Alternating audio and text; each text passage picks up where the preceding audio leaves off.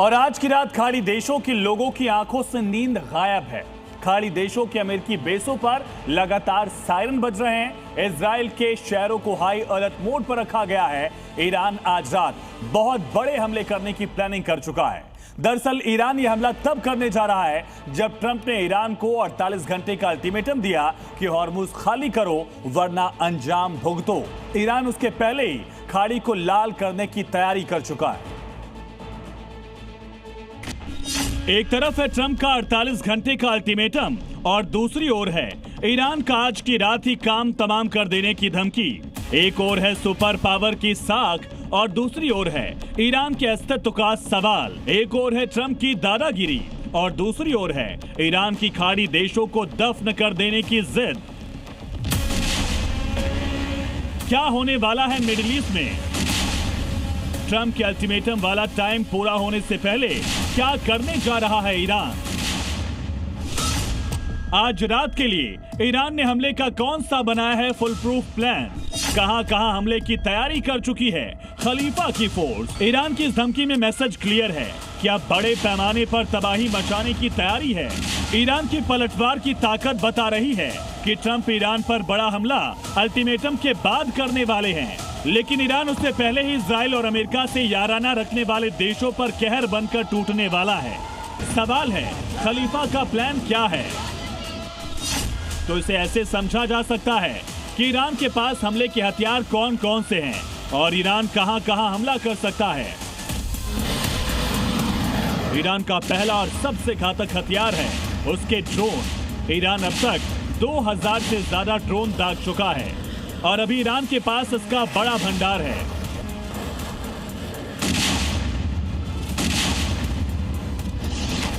तो फाइनल फैसले में ईरान बेतहाशा ड्रोन अटैक कर सकता है।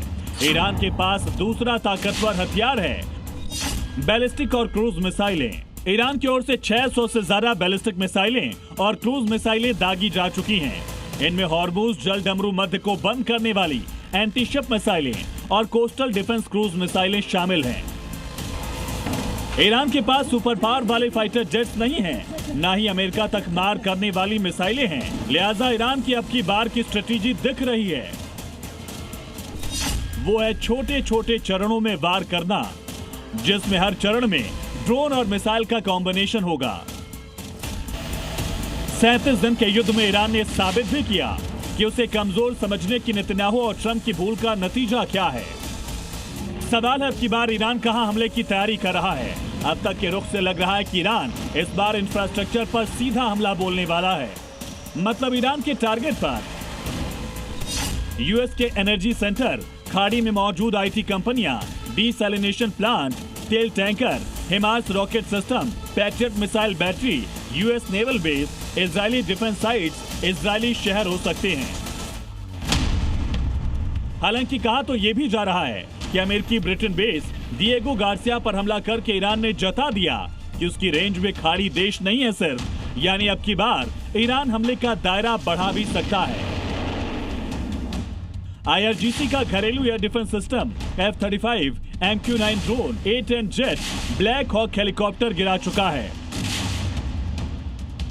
ईरान बार बार कहता है कि उसके पास कोई केमिकल वेपन नहीं है, लेकिन ईरान पर आरोप है कि वो छिपकर केमिकल वेपन प्रोग्राम चला रहा है।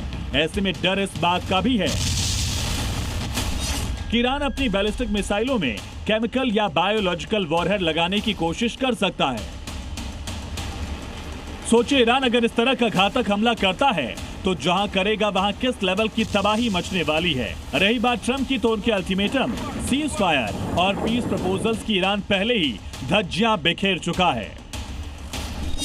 22 मार्च को ट्रंप ने ईरान को स्ट्रेट ऑफ हॉर्मुज को खोलने के लिए 48 घंटे का समय दिया, नतीजा 0 रहा। फिर 23 मार्च को ट्रंप ने अच्छी बात का दावा करते हुए डेडलाइन बढ़ा दी, लेकिन नतीजा फिर भी 0 रहा। और 26 मार्च को ईरान के पावर प्लांट पर हमले को 10 दिन के लिए रोक दिया। इसकी तारीख 6 अप्रैल को पूरी होने वाली है और इसी बीच 5 अप्रैल को ट्रंप ने दोबारा 48 घंटे का अल्टीमेटम दिया, लेकिन ईरान ना तब माना ना अब रुक रहा है। ट्रंप की धमकियां, ट्रंप की कस्में, ट्रंप के दावे, ट्रंप के एक्शन सब संदेहपूर्ण हैं और जो जमीन पर दिख रहा है वो है खाड़ी देशों का खौफ कि अब की बार खलीफा ने हमला बोला तो उनका क्या होगा। ब्यूरो रिपोर्ट, जी मीडिया।